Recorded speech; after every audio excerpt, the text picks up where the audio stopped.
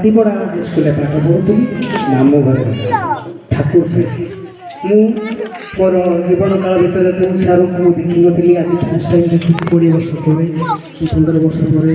ବହୁତ ପିଲାଙ୍କୁ ମୁଁ ଚିହ୍ନି ବି ପାରୁନି, ଜାଣି ବି ପାରୁନି, ବହୁତ ଦୁଃଖ ଲାଗୁଛି। ଆଉ ଯେତେବେଳେ ମୁଁ ପାଠ ପଢ଼ୁଥିଲି ମୋର ବହୁତ ସବୁବେଳେ ଟାଇମ୍ରେ ମନେ ପଡ଼େ ଚୌଧୁରୀ ସାର୍।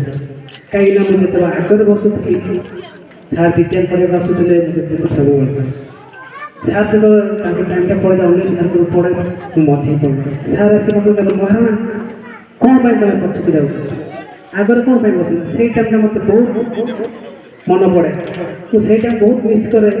କେବେ ଦେଖିନଥିଲି ସାର୍ଙ୍କୁ, ଆଜି ଦେଖିକି ମୋ ମନ ବହୁତ ଖୁସି ଲାଗୁଛି।